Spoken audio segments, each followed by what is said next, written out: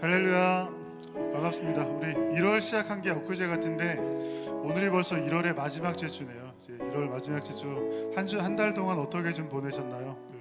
좀 평안하게 보내신 분들도 계시고 좀 힘드신 분들도 계실 텐데, 자 2월 한 달 좀 기대하는 마음으로 오늘 예배를 좀 드렸으면 좋을 것 같습니다. 지난주에 여러분들 기도 많이 해주셔서 청년부 수련회도 아주 은혜롭게 잘 마치고 돌아왔습니다. 이제 2월부터는 아마 전교인 이제 성경 공부, 아마 목사님 계속 광고하셨는데 조를 나눠서 전교인 성경 공부도 좀 시작하고, 또 다가오는 또 부활주의를 준비하는 여러 가지 행사들이 있습니다.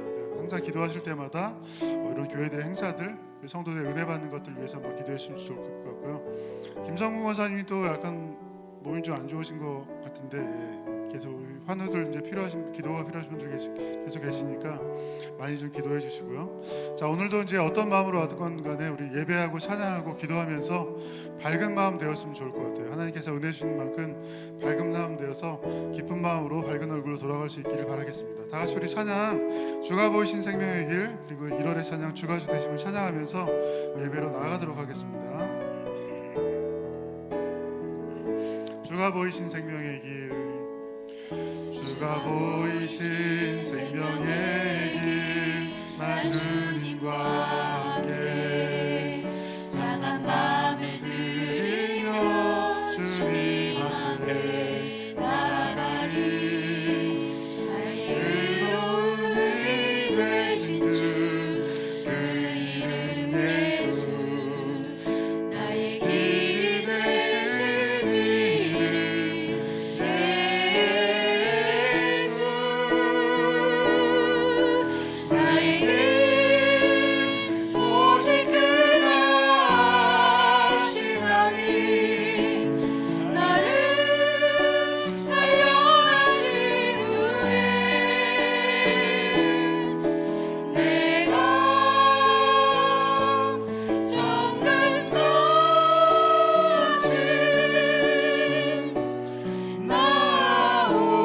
나오리라. 나의 길 오직 그가 하시나니, 나의 길 오직 그가 하시나니, 나를 발견하신 후에 내가 정금같이 나오리라.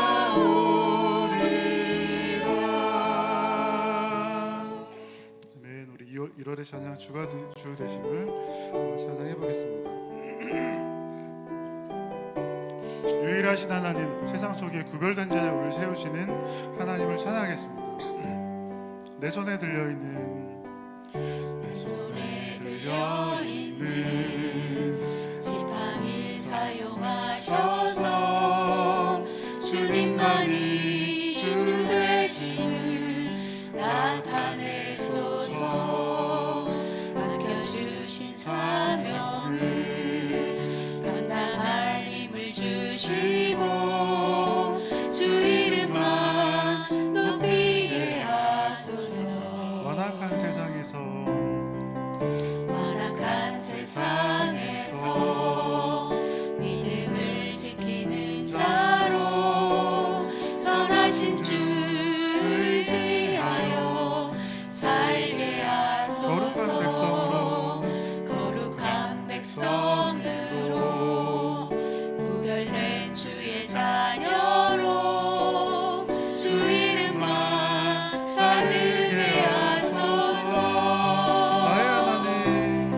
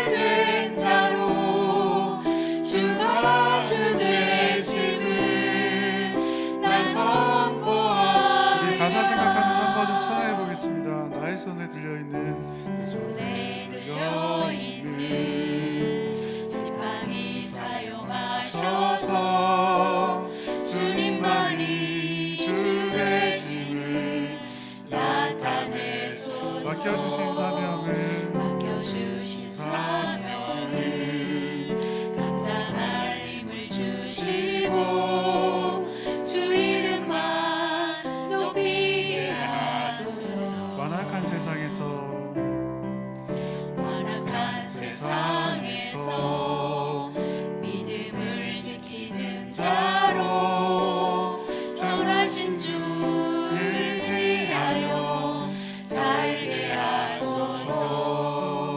거룩한 백성으로 구별된 주의 자녀로 주 이름만 따르게 하소서. 나의 하나님 그는 여호와 유일하신 이름 그 위대하신 자녀를 세상 속에서 구별된 자로 주가 주 되심을 나 한번 더 선포하리라. 찬양합시다.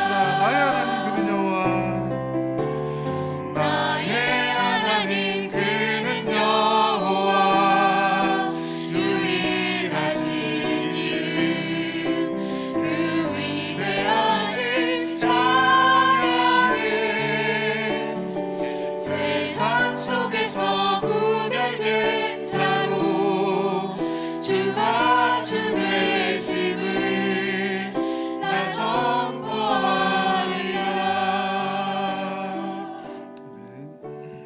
할렐루야. 우리가 찬양한 것처럼 하나님 앞에서 우리가 구별된 자로 살아가기를 원합니다. 지난 한 주간도 그렇게 살아가고자 애썼을 줄 압니다. 오늘도 예배 가운데 하나님의 은혜를 구하고 또 하나님 주시는 힘을 얻어서 또 새로운 한 주를 하나님 앞에 세상 속에서 구별된 자로 살아가시는 우리 성도님들 되기를 바라겠습니다. 오늘도 하나님 주신 좋은 날 우리가 예배하기 위해서 모였습니다. 함께 일어나셔서 찬양하심으로 주일 2부 예배를 하나님 앞에 드리겠습니다.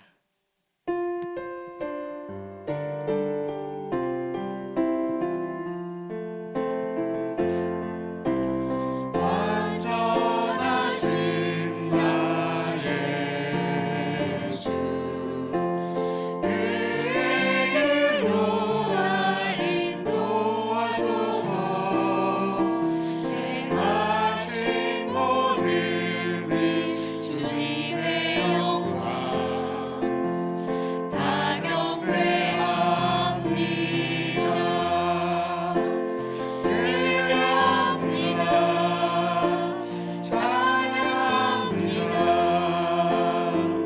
주님만 날 다스리소서.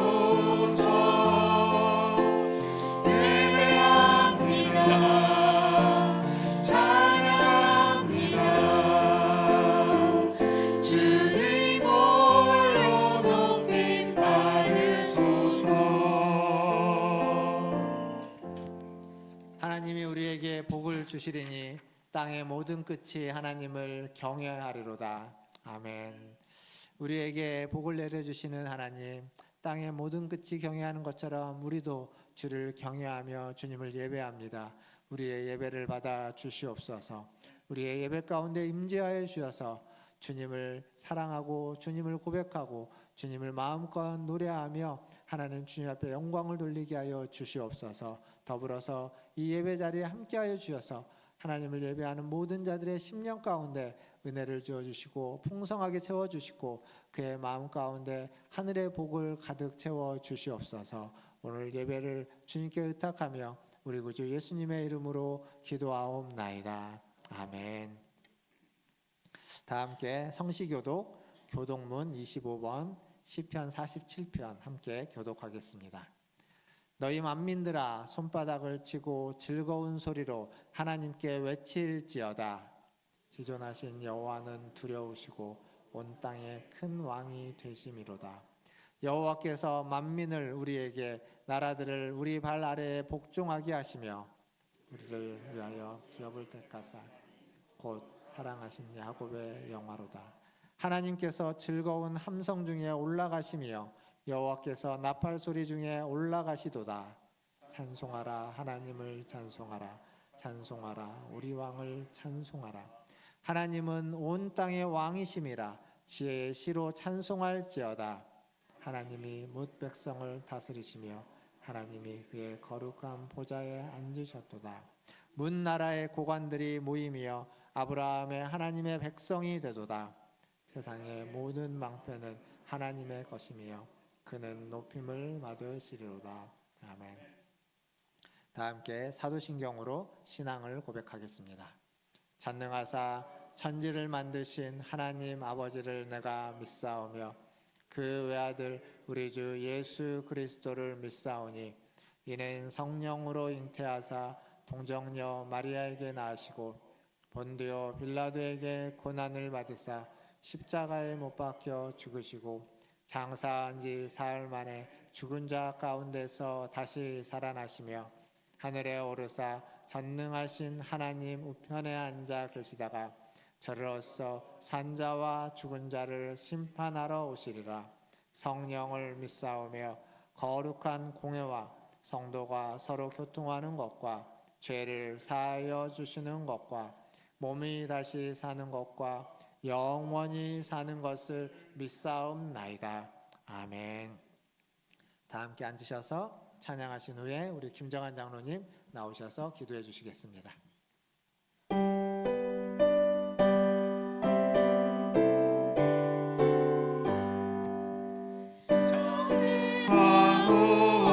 오셔서 주 이름 찬송해 하옵소서. 영광과 권능의 성부여 오셔서 우리를 다스려 주옵소서. 강생한 성자여 오셔서 기도를 들으소서. 택하신 백성들 복내려 주시고 거룩한 마음을 주옵소서. 위로의 주 성령 오셔서 그 증거 주옵소서.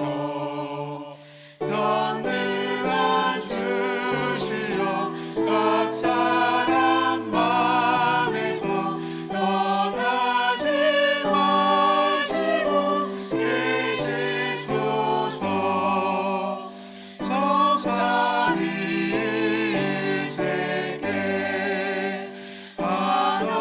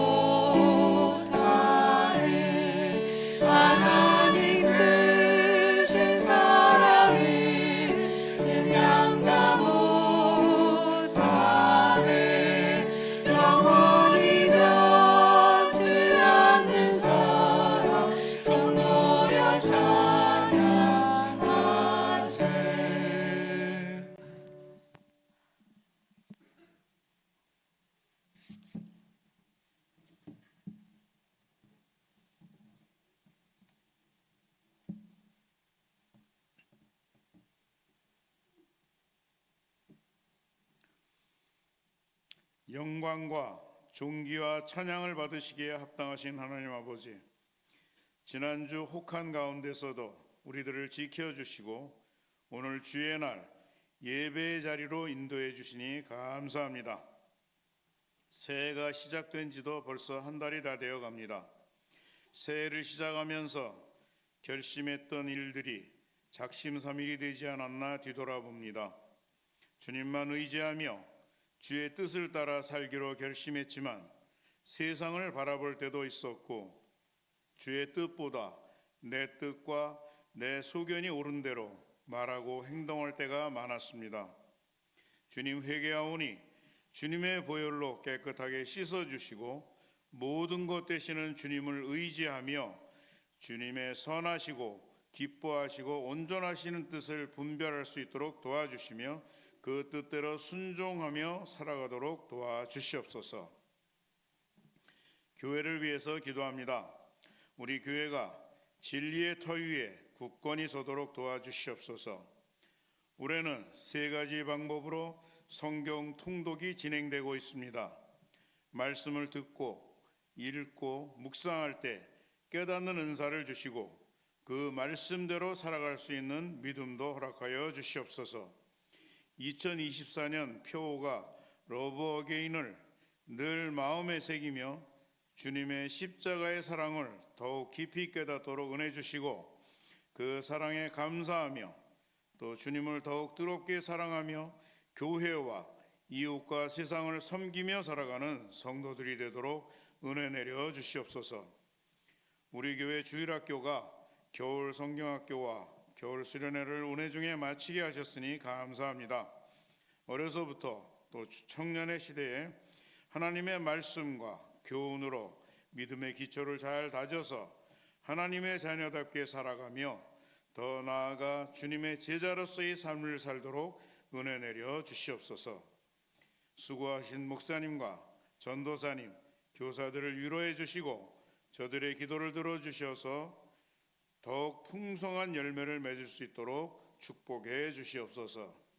나라를 위해 기도합니다. 지금까지 하나님의 도우심으로 이 나라가 보존되었으며 또 앞으로도 주님께서 지키시고 인도해 주실 줄 믿습니다.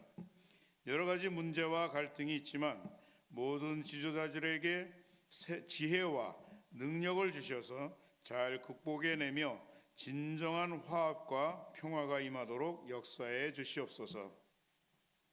세계 곳곳에 전쟁과 기근, 질병과 재난 등으로 고통 중에 있는 이들을 불쌍히 여겨주셔서 속히 전쟁이 그치며 평화가 임하도록 도와주시옵소서. 하나님 아버지, 우리 성도 중에도 질병과 노안으로 또 여러 가지 문제로 주님의 도우심을 바라보는 자들을 불쌍히 여기셔서 치료와 회복이 있으며 모든 문제들이 주님의 뜻 안에서 해결됨을 받을 수 있도록 은총 내려 주시옵소서.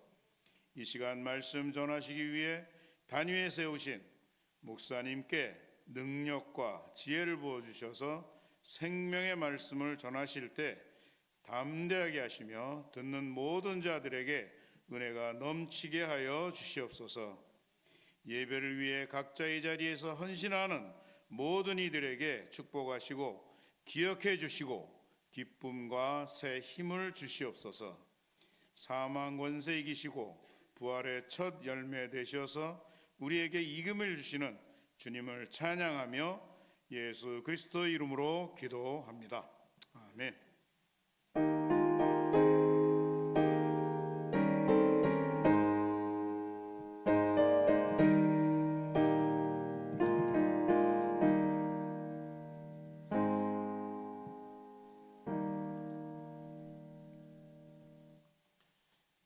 교회 소식 전해드리겠습니다.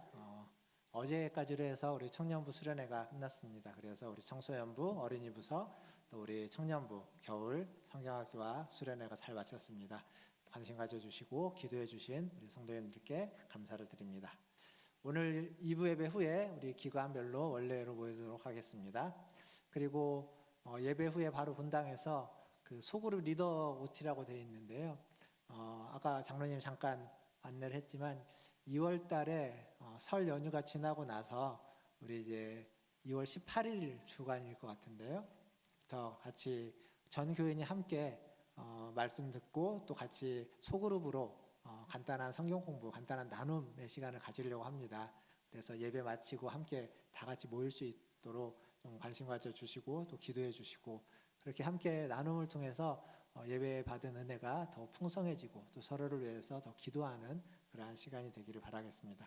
그것을 위해서 이제 리더분들을 좀 세웠는데 리더분들은 오늘 예배 마치고 요 앞자리에서 다 오셔가지고 잠깐 저하고 한 5분 10분 정도만 오리엔테이션을 하도록 하겠습니다. 그리고 3주자 성경 통독이 있습니다. 창세기 45장부터 출애굽기 16장까지 진행하고요. 그리고 오늘과 내일 1박 2일 동안 우리 교역자 성경학교도 잘 수련회도 잘 다녀왔고 또 1박 2일 수련회로 다녀오도록 하겠습니다. 많은 기도 부탁드리겠습니다. 오늘 중식은 우리 김정환 장로님, 김민성 권사님 가정에서 대접해 주십니다. 감사합니다. 다른 광고는 주보를 참고해 주시고요. 하나님 말씀 보겠습니다. 우리에게 주신 하나님 말씀은 요한계시록 13장 1절에서 10절까지 말씀입니다.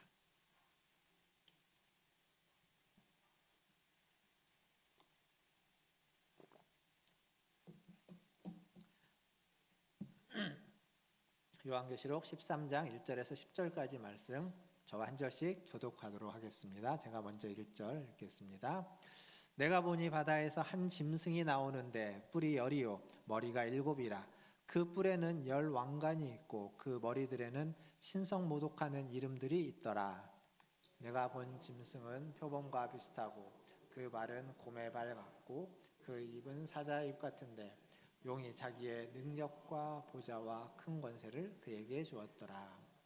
그의 머리 하나가 상하여 죽게 된 것 같더니 그 죽게 되었던 상처가 나음에 온 땅이 놀랍게 여겨 짐승을 따르고 용이 짐승에게 권세를 주므로 용에게 경배하여 짐승에게 경배하여 이르되 누가 이 짐승과 같으냐 누가 능히 이와 더불어 싸우리요 하더라. 또 짐승이 과장되고 신성모독을 말하는 입을 받고 또 42달 동안 일할 권세를 받으니라. 짐승이 입을 벌려 하나님을 향하여 비방하되 그의 이름 그의 장막 곧 하늘에 사는 자들을 비방하더라. 또 권세를 받아 성도들과 싸워 이기게 되고 각 족속과 백성과 방언과 나라를 다스리는 권세를 받으니 죽임을 당한 어린 양의 생명책에 창세 이후로 이름이 기록되지 못하고 이 땅에 사는 자들은 다 그 짐승에게 경배하리라. 누구든지 귀가 있거든 들을지어다. 사로잡힐 자는 사로잡혀갈 것이요 칼에 죽을 자는 마땅히 칼에 죽을 것이니 성도들의 인내와 믿음이 여기에 있느니라. 아멘. 예, 우리 좌우에 계신 분들 보시면 인사하겠습니다. 사랑합니다. 축복합니다. 사랑합니다. 축복합니다. 여러분이 가지고 있는 물건 중에 최소한 30% 이상은 다 메이드 인 차이나일 겁니다. 중국이 차지하는 그 제조업의 전 세계 제조업의 30%를 중국이 차지한다고 합니다. 근데 이제 중국이라고 하면 우리가 중국제 하면 별로 그렇게 안 좋게 생각하죠. 그래서 또 중국 사람들이 모방을 잘 합니다. 그래서 뭐라고 말하죠? 그걸 모방한 물건들을 짝퉁이라고 하죠. 짝퉁. 예. 뭐 옷부터 시작해서 의류, 전자제품, 뭐 심지어는 자동차 디자인, 뭐 수많은 것들을 짝퉁을 만들어내는데 제가 이제 검색을 하다 보니까 굉장히 재밌는 짝퉁들이 많이 있었습니다. 짝퉁 애플 스토어도 있고요. 짝퉁 은행도 있다고 합니다. 그러니까 중국의 국유은행을 그대로 모방해서 짝퉁 은행을 만들어놨는데 2015년도에는 난징에 있는 그 짝퉁 은행에 어떤 사람이 돈을 예금했는데 얼마를 예금했냐면 21억을 예금했답니다. 어떻게 됐을까요? 다행히 돈은 돌려받아 찾았다고 합니다. 그러니까 그런 일이 있는 거예요. 근데 더 재밌는 건 뭐냐면 그 오스트리아에 가면 할슈타트라고 하는 호수에 있는 되게 아름다운 도시가 있습니다. 관광지로도 유명한 도시인데 그 할슈타트를 중국이 자기네 나라 호수에다가 그대로 짝퉁으로 만들어 놨다고 합니다. 참 별의별 걸 다 만들죠. 네. 근데 그 할슈타트를 짝퉁으로 만든 걸 알고 진짜 할슈타트에서 소송을 준비하고 있는데, 근데 이제 무슨 일이 생겼냐면 중국 사람들이 가짜를 보러 갈 바에야 진짜를 보러 가자라고 해서 오스트리아 할슈타트로 관광객이, 중국인 관광객이 7배나 몰렸다고 하고요. 그리고 관광 수익이 몇 배냐면 27배나 폭증했다고 합니다. 그래서 무슨 일이 생겼냐면 소송을 하려고 하다가 소송을 하지 않고 그냥 진짜 할슈타트와 가짜 할슈타트 두 도시가 자매 결연을 맺었다고 합니다. 참 세상에 별일이 다 있습니다. 저도 이게 찾아보면서 참 재미있기도 하고 희한하기도 하고, 제가 왜 이 짝퉁 얘기를 계속 하냐면 지금 우리가 오늘 본 계시록 13장은 계시록 12장에서 이어져 나오는 13장은 한마디로 말하면 뭐냐면 짝퉁 하나님, 짝퉁 예수님, 짝퉁 성령님에 대한 이야기이기 때문에 그렇습니다. 그러니까 계시록 12장에서 용이 등장하는데 이 용이 13장으로 오면서 하나님을 흉내내고 그리고 바다에서 그리고 땅에서 두 짐승을 불러내면서 예수님과 성령님을 흉내내는 그러한 모습, 그것을 모방하는 모습들이 오늘 이 13장에 있는 내용이기 때문에 그렇습니다. 물론 구체적인 실제 내용을 보면 13장은, 계시록 13장은 하나님의 교회를 무너뜨리려고 하는 사단의 어떤 교묘한 전략들이 담겨져 있는 것이다 라고 보여집니다. 그러니까 영적 전쟁이 나는 거죠. 용의 명령을 받아서 바다에서 올라온 짐승과 땅에서 올라온 짐승이 어떻게 하나님의 교회를, 하나님의 성도들을 물리치고 이기고 누르는지, 핍박하는지가 나와 있습니다. 하지만 그 이면에는, 그 근거 안에는 하나님을 흉내내고 하나님을 모방하고 하나님인 것처럼 가장하는 그들의 모습이 있다라는 거죠. 그것을 좀 염두에 두면서 오늘 말씀을 보면 좋겠습니다. 오늘 말씀에서 먼저는 바다에서 올라온 짐승, 두 짐승 중에 하나만 먼저 이야기하려고 합니다. 자, 계시록 우리가 13장을 볼 텐데 먼저 12장 17절 맨 마지막 절을 한번 같이 읽어보도록 하겠습니다. 12장 17절입니다. 같이 읽겠습니다. 용이 여자에게 분노하여 돌아가서 그 여자의 남은 자손 곧 하나님의 계명을 지키며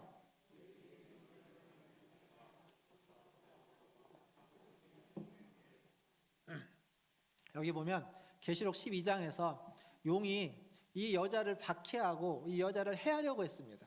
그래서 물을 보내가지고 주에서 물을 보내서 쓸어버리려고 했는데 갑자기 땅이 입을 열어가지고 그 물을 다 받아 먹음으로써 용이 여인을 해할 수가 없었습니다. 근데 이게 이제 실패로 돌아가자 지금 이 용이, 생각해 보십시오. 막 열심히 뭘 했는데 다 안 되면 화가 나겠죠. 분노한 상태로 지금 용이 바다에 서 있는 겁니다. 모래사장에 서 있는 거예요. 뭘 하려고 하냐면 더 이상 여자를 해할 수 없으니까 그 여자의 후손, 여기 여자의 남은 후손, 곧 하나님의 계명을 지키며 예수의 증거를 가진 자들, 그러니까 여자의 후손인 교회들, 성도들을 해하기 위해서, 그들과 싸우기 위해서 바다 위에서, 모래 위에서 서 있는 모습, 이게 지금 이 용의 모습입니다. 그러니까 한마디로 뭐냐면 이게 우리가 봤던 무슨 드라마나 영화의 한 장면으로 굳이 만들자면 백사장 위에서 한 사람, 한 존재가 이제 어떤 무리들을 향해서 그들과 싸우려고, 우리식으로 표현하면, 요즘식으로 표현하면 맞짱을 뜨려고 준비하고 있는 그런 긴장감 넘치는 모습이 바로 이 계시록 12장 17절의 말씀입니다. 그리고 이어지는 13장의 내용은 뭐가 되겠습니까? 이제 어떤 식으로 그 일이 이루어질지, 어떻게 맞짱을 떠갈지를 보여주는 내용이겠죠.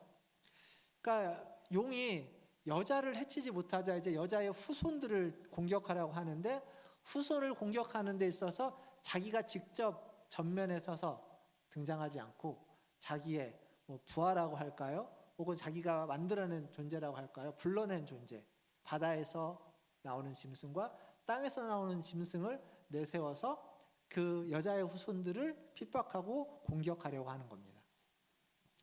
두 짐승이 나온 거죠. 바다에서 그리고 땅에서. 오늘은 이제 바다에서 올라온 짐승 이야기만 좀 할 텐데 3장 13장 이제 1절과 2절에 가보면 이 바다에서 올라오는 짐승의 모습이 어떠한지 기록되어져 있습니다. 1절과 2절 같이 한번 읽어보도록 하겠습니다. 1절입니다. 내가 보니 바다에서 한 짐승이 나오는데 뿔이 10이요 머리가 7이라. 그 뿔에는 10 왕관이 있고 그 머리들에는 신성모독하는 이름들이 있더라. 내가 본 짐승은 표범과 비슷하고 그 발은 곰의 발 같고 그 입은 사자의 입 같은데 용이 자기의 능력과 보좌와 큰 권세를 그에게 주었더라. 아멘. 자, 바다에서 올라온 짐승이 있는데 뿔은 10이요 머리가 7이다. 그 뿔에는 왕관들이 10 왕관이 있고 그 머리에는 신성모독하는 이름들이 쓰여져 있다라고 이야기합니다. 그 짐승의 몸은 표범 같고 발은 곰 같고 그리고 입은 사자 같다. 이 짐승이 지금 13장에만 등장하는 것 같지는 않죠. 어디선가 또 본 것 같지 않습니까? 12장에 가면 용에 대한 묘사가 나오는데 이 용에 대한 묘사에서도 비슷한 게 나옵니다. 뭐가 나오냐면 머리가 7이요 뿔이 10이다. 이게 용에 대한 모습으로 등장합니다. 그리고 제가 12장 지난주 얘기하면서 이 모습이 어디에서 또 가지고 왔다고 했냐면 다니엘서 7장에서 가지고 왔다고 했습니다. 그때 다니엘 7장에서 환상을 보는데 네 짐승에 대한 환상을 보죠. 사자, 그 다음에 곰, 표범, 그리고 무서운 짐승. 이 네 짐승에 대한 환상을 보는데 그 환상과 지금 계시록 12장, 13장 이 모습들이 굉장히 유사해 보입니다. 학자들은 다니엘서 7장에 나오는 이 네 짐승과 지금 이 계시록 13장에 나오는 바다에서 올라온 이 짐승의 모습이 같은 짐승에 대한 약간 다른 표현이다 이렇게 이야기하기도 합니다. 그렇다면 중요한 건 도대체 이 짐승들이 뭘 의미하고 뭘 상징하는 걸까요? 도대체 무엇을 말해주고자 이 짐승들을 지금 등장시키고 있는 건가? 계시록에는 그게 나오지 않습니다. 도대체 이 짐승이 어떤 존재이고 어떠한 것을 상징하는지. 그런데 다니엘서에 가면 그게 나옵니다. 우리가 다니엘서를 처음부터 끝까지 다 말씀을 주일날 제가 전하기는 했지만 또 기억이 가물가물하니까 찾아보겠습니다. 다니엘서 7장 16절과 17절입니다. 여기에 보면 이제 7장 앞에서부터 그 네 짐승에 대한 얘기들을 쭉 하고 16절에 오면 같이 읽어보겠습니다. 시작. 내가 그 곁에 모셔 선 자들 중 하나에게 나아가서 이 모든 일의 진상을 물으매 그가 내게 말하여 그 일의 해석을 알려주며 이르되 그 내 큰 짐승은 세상에 일어날 내 왕이라. 자, 지금 다니엘이 환상을 보고 한 천사에게 가서 이게 무슨 일인지 묻는 겁니다. 그러니까 천사가 이제 해석을 해주는 거예요. 근데 그 해석의 첫 번째가 뭐였냐면 내 짐승, 사자, 곰, 표범, 그리고 알 수 없는 무서운 내 짐승은 세상에서 일어날 내 왕이다. 그러니까 세상의 한 나라의 한 제국의 왕이다라고 이야기하는 겁니다.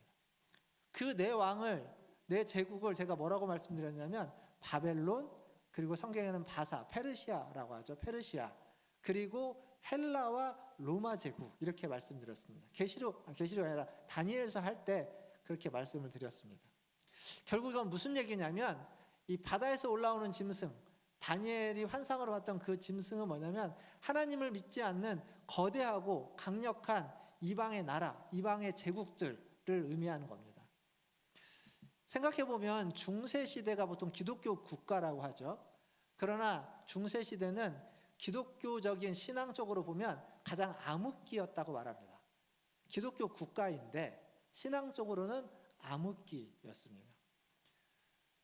그 얘기는 뭐냐면 기독교 국가임에도 불구하고 기독교답지 않은 모습들이 많이 있었고 그 안에서는 그 교황과 기독교의 그 권력자들과 그리고 세상의 권력, 나라의 제후와 황제들과의 이 갈등이 계속 있었다는 겁니다. 근데 중세만 그러냐? 그렇지 않습니다. 역사를 보면 언제나 세상 권력과 기독교는 항상 갈등을 빚어왔습니다. 강력한 국가 권력이 강력하면 강력할수록 국가 권력은 모든 국민들의 추앙을 받기를 원합니다. 그런데 교회가, 성도가 국가 권력이 아닌 다른 하나님을 섬기고 하나님을 추앙할 때 국가 권력은 그것을 용인하지 않습니다. 이게 고대 사회만 그런 것 같지만 사실은 현대도 그렇게 많이 다르지 않습니다. 드러나는 양상은 다르고 표현되는 방식은 다르지만 비슷하다는 겁니다. 결국 무슨 얘기냐면 이 내 짐승은 이로 상징하는, 그리고 계시록 13장에서 말하는 바다에서 올라온 짐승은 국가 권력과 같은 거대한 권력을 가진 자들을 의미한다라고 볼 수 있죠. 사실 사람은 늘 힘을 갖기 원하고 그 힘을 가지면 그 힘으로 무엇인가를 해내려고 합니다. 근데 사람이 가질 수 있는 힘 중에 가장 큰 힘, 세상의 힘 중에 가장 큰 힘이 있다면 그 힘의 결정체는 국가입니다. 나라. 한 나라의 권력은 우리가 생각하는 것보다 훨씬 더 큰 힘과 훨씬 더 큰 권력을 가지고 있는 거죠. 그 힘과 권력이 강해지면 강해질수록 그 힘과 권력은 마치 하나님이 할 수 없는 일이 없는 것처럼 전지전능하고 무소부지한 것처럼 모든 것에 영향을 미치고 모든 일을 하려고 하는 것이 권력의 속성입니다. 그리고 그것은 결국 신조차도 굴복시키려고 하는, 신 위에 군림하려고 하는 것이 그러한 인간이 가진 권력의 속성입니다. 이게 개인의 힘으로는 하나님께 도전할 수 없지만 국가라고 하는 한 공동체의 그 권력의 집합체로는 충분히 도전하려고 하는, 그게 인간의 모습이고 인간이 가진 권력의 속성입니다. 그래서 국가 권력이 강해지면 강해질수록 사실은 교회는, 성도는 어려움을 당하기 쉽습니다. 아니, 역사적으로 보면 언제나 권력이 강하면 교회는, 성도는 어려움을 당해왔습니다. 물론 교회는, 제가 로마서 말씀할 때도 그런 얘기했지만, 위에 있는 권세에게 복종하라라고 하면서 위에 있는 권세, 국가에 순응할 것들을 이야기합니다. 그게 가장 중요한 1차적인 자세와 태도입니다. 하지만 순응이 전부는 아닙니다. 국가의 권력도 그 위에 있는 권세자가 있음을 기억하라라고 그때 말씀드렸던 것처럼 교회는 분명히 위에 있는 권세에게 순응해야 되지만 그 권세보다 더 위에 있는 권세자가 있음을 알고 그것이 상충될 때에는 순기능이 아닌 역기능을 할 수도 있어야 된다는 겁니다. 그 얘기보다 오늘 얘기 중요한 건, 인간의 힘이 강해지면 결국 하나님을 대적하게 된다는 거예요. 그러니까 우리가 강해지면 강해질수록 우리는 하나님을 떠나서도 살 수 있다고 생각하고 하나님을 필요로 하지 않고 더 나아가서 하나님을 대적하는 데까지 이르게 된다는 겁니다. 약해질수록 하나님의 도움이 필요하고 약해질수록 하나님을 떠나지 않고 하나님을 더 붙잡게 되는 것이 우리들의 모습이다라는 거죠. 이 바다에서 올라온 짐승, 이 짐승이 보여주는 건 그런 거대한 힘과 권력의 모습입니다. 그런데 그러한 모습만 있느냐? 그렇지 않습니다. 국가 권력을 상징하는 이 바다에서 올라온 짐승은 또 다른 모습이 하나 있는데 그것을 이 사도 요한은 하나의 에피소드로 이야기해주고 있습니다. 3절과 4절 말씀을 한번 같이 읽어보겠습니다. 13장 3절과 4절 같이 읽겠습니다. 시작. 그의 머리 하나가 상하여 죽게 된 것 같더니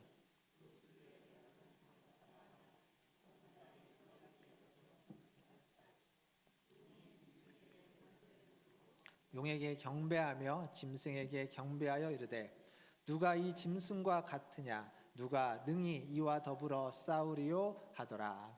아멘. 여기 보면 짐승의 머리가 7이 있다고 했는데 그 중에 하나가 상하여서 죽게 되었다고 합니다. 근데 기적적으로 그 상처가 낫고 살아난 거예요. 그러니까 이 살아난 것을 보고 여기 3절에 뭐라고 얘기하냐면 온 땅이 놀랍게 여기고 그래서 그 짐승을 더욱 믿고 따랐다, 이렇게 이야기하고 있습니다. 이게 뭘 의미하는지 우리가 좀 이렇게 유추를 해보면 이게 뭐와 비슷합니다. 그리고 또 4절에 가보면 뭐라고 되어 있냐면 용이 짐승에게 권세를 주는데 그 권세를 받은 그 짐승에 대해서 이렇게 해요. 누가 이 짐승과 같으랴, 누가 능히 이와 더불어 싸울 수 있겠느냐. 이게 어디서 많이 본 것과 비슷합니다. 뭐와 비슷하냐면 주님이 십자가에 달려 죽으셨다가 부활하신 모습을 연상케 합니다. 그러니까 머리가 상했다, 죽었다, 거의 죽었다가 다시 살아나는 것을 회복되는 걸 통해서 그런 죽음과 부활을 흉내내고 있습니다. 뿐만 아니라 성부 하나님이 성자인 예수님에게 권세와 능력을 주고 누가 능히 이와 같으랴 주와 같은 분이 어디 있느냐라고 하면서 예수님을 높였던 모습을 용이 짐승에게 권세를 주면서 비슷하게 흉내내고 있습니다. 말 표현도 그렇습니다. 누가 이 짐승과 같으랴 누가 능히 이와 더불어 싸우리요. 이 주문 자체가 하나님을 향하여 주님을 향하여 얘기되었던 시편에 있는 구절하고 비슷합니다. 무슨 얘기냐면 지금 바다에서 올라온 이 짐승은 거대한 권력, 거대한 세력, 그런 강한 국가 권력을 의미하기도 합니다. 상징하기도 해요. 그러나 또 하나 뭘 상징하냐면 짝퉁 메시아를 상징하는 겁니다. 메시아를 흉내내는, 그리스도를 흉내내는 그리스도인 것처럼 가장해서 우리에게 오고 있는 존재를 상징해 주기도 한다는 겁니다. 세상 권력으로 우리를 몰아붙이기만 하면 그러면 사람은요 밟으면 꿈틀합니다. 몰기만 하면 기독교는요 아무리 핍박을 해도 사라지지 않습니다. 지난주에 제가 그런 말씀 드렸죠. 핍박을 하던 그 나라와 핍박을 하던 그 권세는 사라지고 없어졌지만 기독교는 여전히 존재하고 있습니다. 그러니까 핍박한다고 없어지지 않아요. 핍박만 하는 것이 아니라 이렇게 교모하게 메시아를 흉내내면서 그 사람들의 마음을 흔드는 겁니다. 마음을 혼탁하게 하고 마음을 유혹하고 마음을 빼앗아 버리는, 그래서 강하게 밀어붙임과 동시에 마음을 빼앗는 걸 함께 하면서 성도답지 못하게 만들어가는 겁니다. 교회가 교회답지 못하고 성도가 성도답지 못하게 만드는 그 일이 지금 바다에서 올라온 이 짐승이 하는 일입니다. 정리해보면 바다에서 올라온 이 짐승은 분명히 세상 권력으로, 국가 권력과 같은 큰 권력으로 등장합니다. 그렇게 그것을 상징하고 그렇게 우리에게 역사하고 우리를 누르고 핍박하고 그럴 겁니다. 그러나 거기에만 끝나는 것이 아니라 메시아와 같은 모습, 흉내내는 모습, 교묘하게 우리를 속이고 우리가 거기에 혹 빠질 수 있도록 그러한 모습으로 등장해서 우리의 마음을 빼앗아 버리려고 하는 거죠. 사랑하는 성도 여러분, 우리가 살면서 조심할 게 참 많은데 이것도 그렇습니다. 권력과 권세자, 우리를 핍박하는 자, 그들과 싸우고 그것을 조심해야 되는 것, 해야 됩니다. 그러나 그것만이 아니라 우리의 마음을 빼앗으려고 우리를 유혹하는 예수 그리스도의 죽음과 부활을 흉내내면서 우리를 유혹하고 우리를 미혹하고 우리의 마음을 빼앗아서 우리를 넘어뜨리려고 하는 그러한 세력들과도 우리는 싸워야 되는 겁니다. 이게 우리가 싸워야 되는 싸움입니다. 그래서 어려운 겁니다. 어느 한쪽만이라면, 하나만이라면 좀 더 제대로 싸워볼 수 있겠지만 이게 하나가 아니라 두 개, 아니 어쩌면 땅에 있는 올라온 짐승까지 하면 더 많아지는 이 싸움에서 우리는 승리하기가 쉽지 않습니다. 그럼에도 불구하고 주 예수 그리스도의 이름으로 우리는 승리할 수 있습니다. 왜냐하면 뒤에 가서 말씀드리겠지만 하나님 우리와 함께 하시기 때문입니다. 사랑하는 성도 여러분, 이 두 싸움에서 반드시 승리하시는 저와 여러분 되기를 주님의 이름으로 축원드립니다. 이 바다에서 올라온 짐승이 하는 일이 뭐냐 그러면 여기 5절부터 7절까지 보면 하나님을 모욕하고 성도들과 싸움에서 이겼다라고 되어져 있습니다. 한번 읽어보겠습니다. 계시록 13장 5절, 6절, 7절 세 절인데요. 같이 다시 한번 읽어보겠습니다. 또 짐승이 과장되고 신성모독을 말하는 입을 받고 또 42달 동안 일할 권세를 받으니라. 짐승이 입을 벌려 하나님을 향하여 비방하되 그의 이름과 그의 장마 곧 하늘에 사는 자들을 비방하더라. 또 권세를 받아 성도들과 싸워 이기게 되고 각 족속과 백성과 방언과 나라를 다스리는 권세를 받으니. 여기도 보면 예수님이 각 족속과 백성과 나라와 방언에서 찬양을 받는 분으로 앞에서 등장했죠. 근데 여기 그것을 다스리는 권세를 이 짐승이 가졌다. 그러니까 예수님을 그대로 흉내내고 있는 모습들이 지금 등장하고 있습니다. 근데 이 세상 권력과 힘을 가진 강력한 나라를 가진 이들이 하나님을 모독하고 모욕한다는 얘기입니다. 지금 그게 그러한 권세를 받았고 그리고 그걸 가지고 하나님을 모욕하고 비방하고 있다. 이렇게 이야기하고 있죠.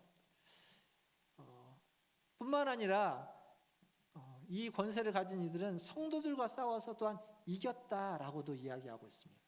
그러니까 그런 강력한 권세를 가지고 있는 그들은 이제 그 권세를 통해서 자기네들을 따를 것들을 요구합니다.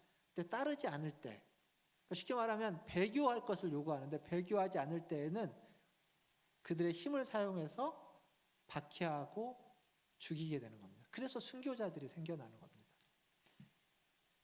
우리가 살고 있는 이 나라는 국가 권력이나 어떤 권력이 교회를 다니는 이유만으로 폭력을 행사하지는 않습니다. 그 정도는 아니에요. 하지만 여전히 이 땅의 어딘가 어느 나라에서는 여전히 아직도 그런 곳이 있다라는 겁니다.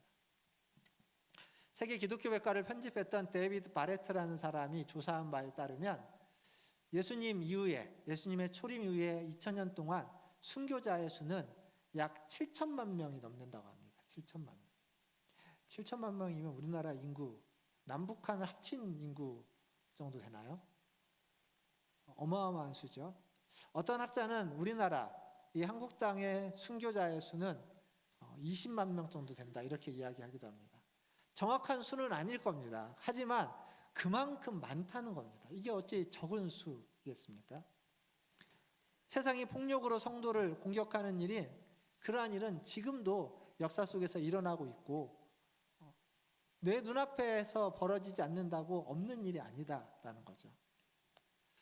합정동에 가면 그 외국인 선교사들의 묘역이 있습니다. 양화진이라고 부르는 묘역이 있습니다. 거기 가면 선교사님들의 그 묘지에 이제 그 선교사님들이 어떤 삶을 살아갔는지 이렇게 쫙 적어놓은 그런 짧은 비석들이 있습니다. 근데 그 양화진의 한쪽에 가면은 작은 비석들이 있습니다. 거기에는 뭐 적은 내용들도 별로 없습니다. 그건 누구의 묘역이냐면 선교사로서 이 땅을 살면서 그들이 낳은 아이들.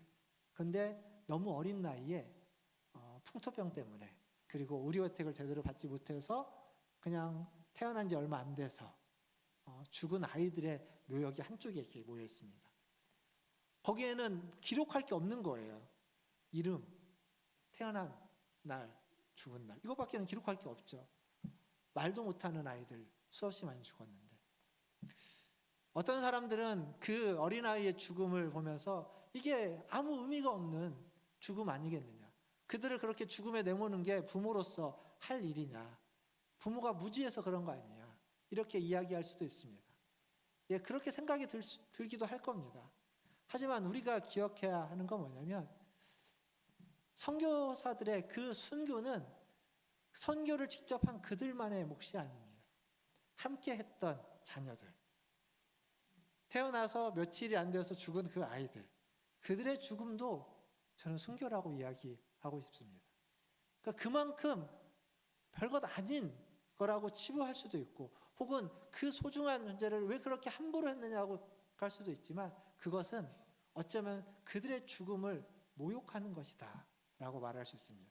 짐승이, 지금 여기 계시록에 있는 이 짐승이 하나님을 모욕하고 있는 것처럼 그들의 순교를, 그들의 숭고한 죽음을 모욕하고 있는 것이다 라고 말할 수 있을 겁니다. 제가 지금 순교만이 최고의 가치다라고 이야기하는 건 아닙니다. 그러나 우리가 기억할 겁니다. 어쩌면 순교자의 길, 선교사들이 갔던 그 길은 자기를 희생하고 남을 살리는 길입니다. 그게 그들이 갔던 그 길입니다. 근데 우리는 그 길을 가려고 하나요?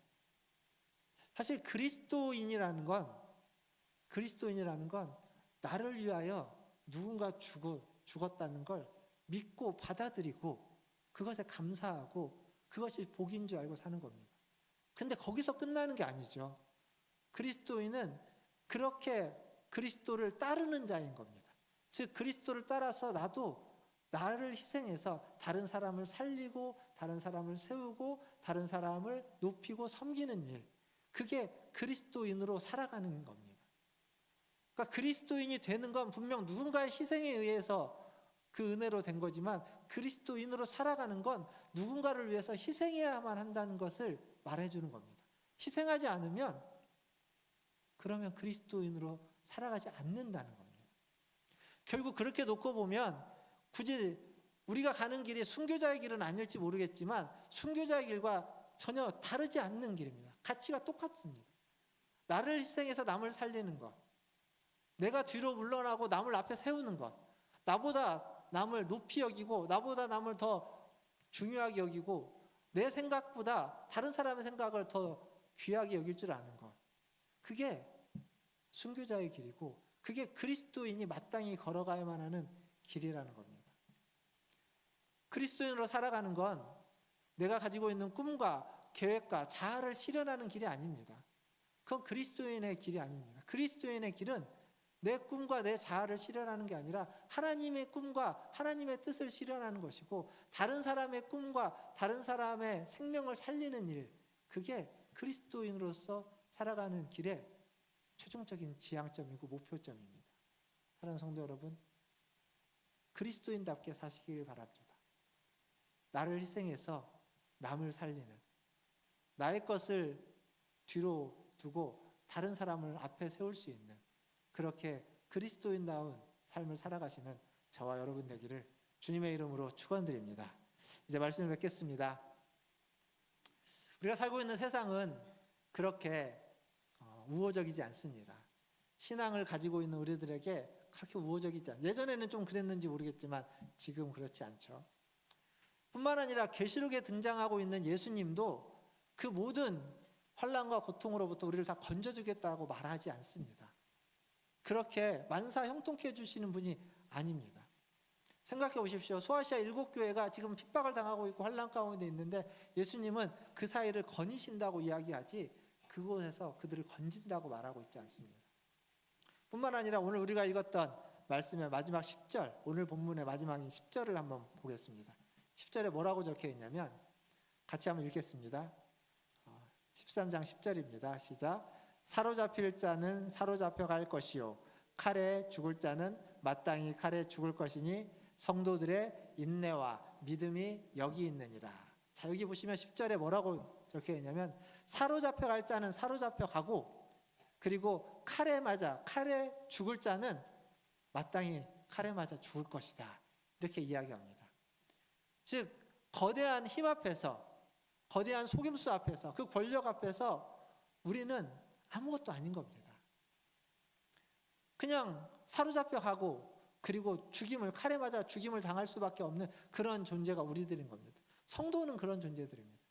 하지만 그 순간 그 자리에서 빛을 발하는 것이 있습니다. 그 뒤에 뭐라고 나오냐면 성도들의 인내와 믿음이 여기 있느니라. 성도들의 인내와 믿음이 여기에 있다는 겁니다. 분명 강력한 권세 앞에 서면 우리는 연약한 인간일 뿐입니다. 그래서 그들이 우리를 붙잡아가고 우리를 억압하고 누르면 그걸 당할 수밖에 없습니다. 총으로 칼로 우리의 생명을 위협하면 우리는 그 앞에서 넘어질 수밖에 없고 그 앞에서 무너질 수밖에 없는 연약한 존재들입니다. 그것이 초대교회 성도들이 경험한 것이고 초대교회 이후로 지금까지 수많은 순교자들 뿐만 아니라 믿음을 지키려고 했던 수많은 사람들이 겪어왔던 길입니다. 지금 우리가 겪고 있는 정도의 차이는 있을지 모르나 지금 우리가 겪고 있는 길이기도 합니다. 그 앞에서 우리는 자유로울 수 없습니다. 하지만 우리에게 있는 게 있습니다. 그게 뭐냐면 믿음입니다. 인내입니다. 그 순간 그 자리에서 우리를 지키고 우리를 세워주는 것은 하나님 우리에게 주신 믿음과 인내라는 겁니다. 사랑하는 성도 여러분, 여러분의 인생을 한번 생각해 보십시오. 어떤 순간에는 내가 그 순간을 어떻게 잘 견뎌왔을까? 어려운 순간, 이겨낼 수 없었을 것 같은 그 순간을 이겨내고 견뎌오고 믿음을 버리지 않고 여기까지 어떻게 올 수 있었을까? 주님이 속히 오신다고 했는데 아직도 오시지 않는 주님을 우리는 지금도 기다리고 있습니다. 희한하죠? 온다고 하고 2000년 동안 안 온 사람을 우리는 기다리지 않습니다. 근데 우리는 그러한 분을 기다리고 있습니다. 그 주님을 믿고 살아가는데도 우리의 일상이 별로 그렇게 나아지는 게 없고 비슷합니다. 여전히 힘들고 여전히 어렵습니다. 그럼에도 불구하고 여전히 우리는 주님을 사랑하고 주님을 믿고 이 자리에 와서 그 주님께 예배를 드리고 있습니다. 이게 어떻게 가능할까요? 세상에서 이런 게 있을 수 있을까요? 불가능합니다. 안 되는 겁니다. 어떻게 이런 속에서도 우리는 주님을 사랑한다고 이야기하고 주님을 더 사랑하려고 하고 주님을 위하여 무엇인가를 하고자 하는 마음이 여러분 안에 있는 겁니까? 그 이유는 딱 하나입니다. 주님이 여러분을 부르셨고 주님이 여러분의 이름을 생명책에 기록해뒀기 때문입니다. 그렇기 때문에 수많은 일들이 있고 수많은 우여곡절이 있고 수많은 핍박이 있고 환난이 있고 목에 칼이 들어오는 죽음 앞에서도 우리가 믿음으로 인내로 지켜낼 수 있는 겁니다. 사랑하는 성도 여러분, 우리가 하나님을 믿고 따르고 선택하기 이전에 이미 하나님이 우리를 선택하고 부르시고 생명책에 여러분의 이름을 써 놓으셨다는 겁니다. 이것을 안다면 우리가 할 수 있는 건 딱 하나밖에 없습니다. 하나님께 감사하고 찬양하는 겁니다. 그게 우리가 할 수 있는 최선의 것이고 최고의 것이고 전부일 겁니다. 그런 찬양, 후렴인가요? 찬양에 그런 게 있습니다.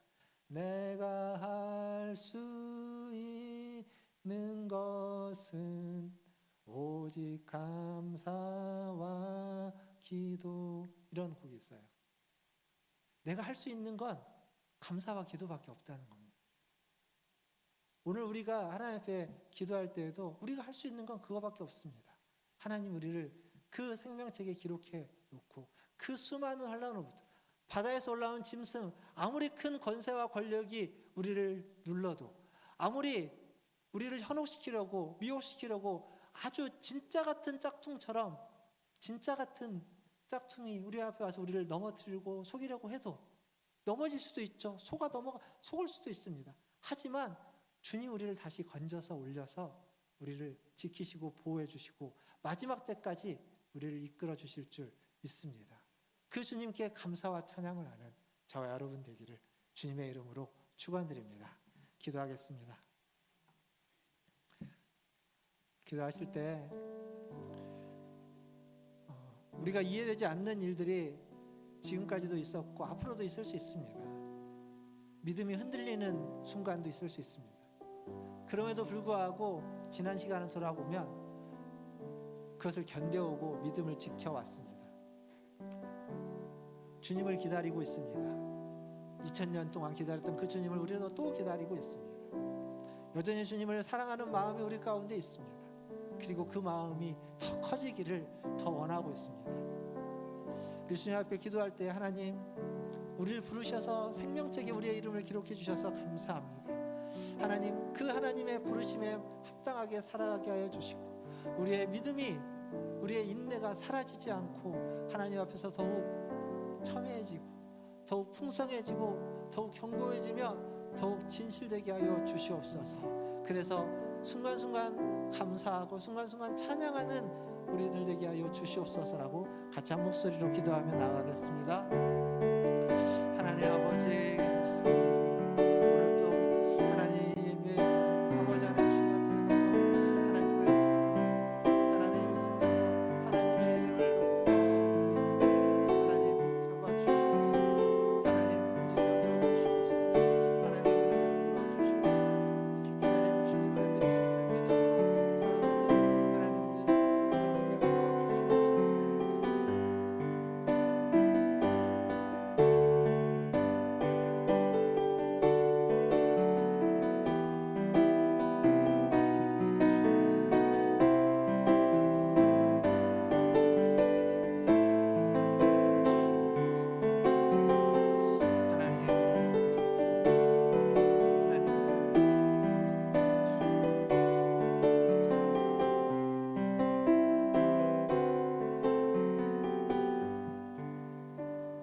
하나님, 우리는 이 거대한 세상의 권력 앞에서 하나님 아무런 힘이 없는 연약한 한 인간에 불과합니다. 하나님, 그러나 그런 우리를 귀하게 여기시고 사랑하셔서 우리를 창세전에 부르시고 택하셔서 주님의 그 생명책에 우리의 이름을 기록하여 주시니 하나님 감사합니다. 그 이름을 아버지 하나님, 그 기록된 그 이름에 합당하게 우리가 살아갈 수 있도록 우리를 붙잡아 주시옵소서. 넘어지지 않게 하시고 쓰러지지 않게 하여 주시고 우리의 믿음과 인내가 더욱 강건하게 하여 주시옵소서. 그러나 혹 넘어지고 쓰러질 때에도 우리를 불쌍히 여겨주시고 우리를 붙잡아 일으켜 주시고 세워주셔서 다시 한번 주님을 사랑하고 다시 한번 주님을 기다리고 다시 주님을 의지하고 믿고 나아갈 수 있는 그러한 하나님의 자녀들 되게 하여 주시옵소서. 우리의 선택과 결정 이전에 우리를 택하신 하나님께 항상 감사하고 찬양하는 우리 모든 하나님의 자녀들 되게 하여 주시옵소서. 감사하며 우리 구주 예수님의 이름으로 기도하옵나이다. 아멘. 네, 우리 여성중창단의 특송이 있겠습니다.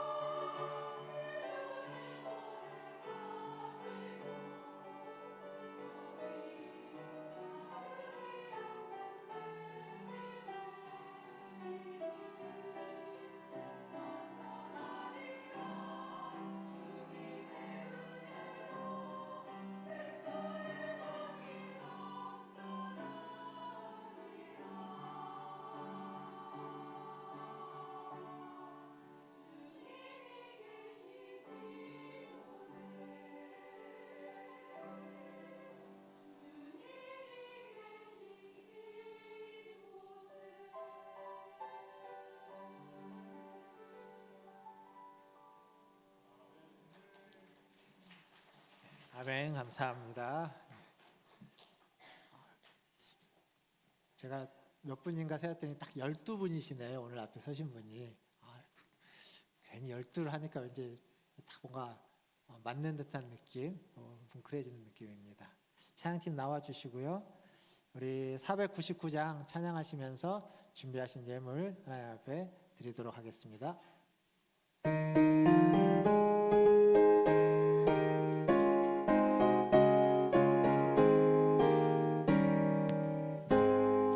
흑암에 사는 백성들을 보라 수많은 심령 멸망하겠네 그 누가 갈까 주의 복음 듣고 생명을 구원하는 곳으로 큰 권세 주께 있으니 큰 권세 주께 있으니 너는 가서 주의 복을 전하라 주가 너 항상 지키리라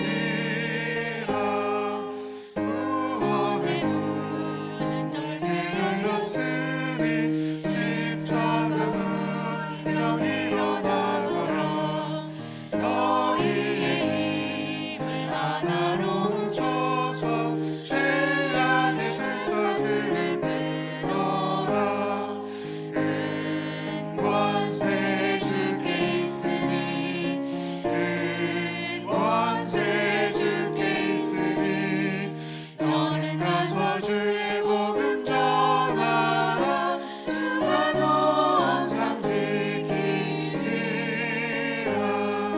왜 너는 멸망길을 가려느냐 충성 듣고 응답하여라 널 구원하려 예수 죽었으니 생명의 참된 복음 전하라 큰 권세 주께 있으니 큰 권세 주께 있으니 너는 가서 주의 복음 전하라 주가 너 항상 지키리라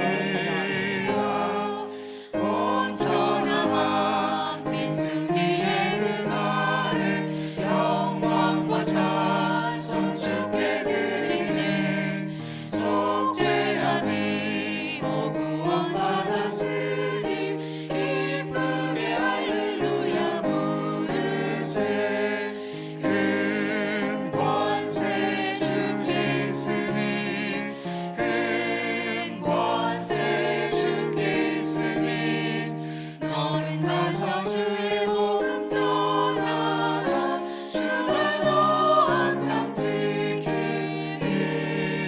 지키리라. 기도하기 전에 우리 조우경 권사님 좀 퇴원하셨는데 아직 몸이 온전치 못해서 지금 제게 계십니다. 잘 회복될 수 있도록 기도해 주시기를 바라겠고요.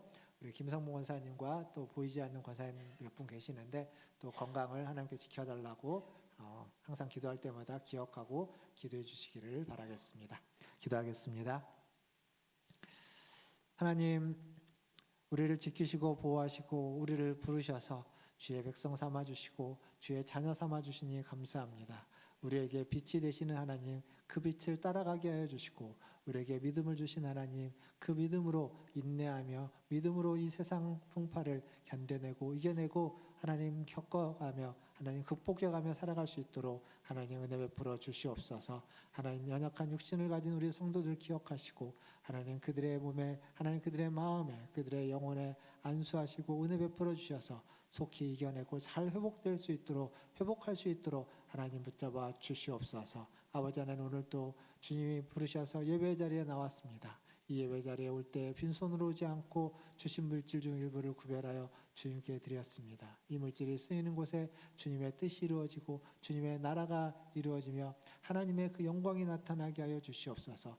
이 물질이 쓰이는 곳에 성도들의 인내와 믿음이 아버지 하나님 풍성해지게 하여 주시옵소서. 더불어 물질을 드린 손길이 함께해 주시고 하나님 그가 하는 모든 일들 속에 하나님의 은혜가 30배, 60배, 100배의 열매로 맺어지게 하여 주시며 그들의 삶 속에서도 인내하고 믿음으로 살아가는 삶이 되도록 하나님께서 순간순간 동행하여 주시고 순간순간 때를 따라 돕는 은혜를 허락하여 주시옵소서.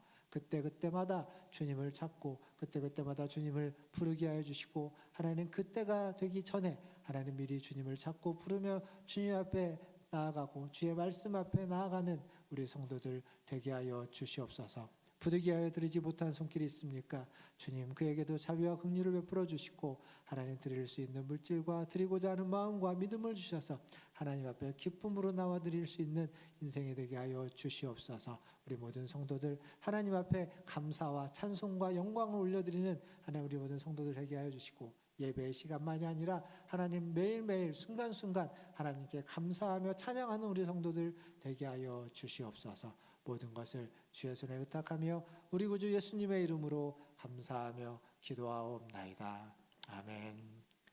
지금은 우리를 죄에서 구원하여 주신 우리 구주 예수 그리스도의 은혜와 하나님 우리 아버지의 크신 사랑하심과 성령 하나님의 위로교통 충만케 하심이 오늘 주님 앞에 나와 주님을 예배하며 어떤 권세와 권력과 어떤 유혹과 미혹 속에도 넘어지지 않고 싸워 승리하며 주의 복음을 지키고 주의 뜻을 지키고 주님의 기뻐하는 삶을 살기로 기도하고 다짐하고 소원하는 그러한 인내와 믿음을 가진 문화촌제일교회 모든 성도들 위해와 그들의 자녀손들과 가정과 직장과 일터 위에 주의 복음을 들고 사역하는 선교사님들과 사역자들 위해 코로나와 전쟁과 지진과 홍수와 수많은 환난과 고난 가운데 있는 주의 백성들 위해 이제로부터 영원토록 함께 있을지어다. 아멘.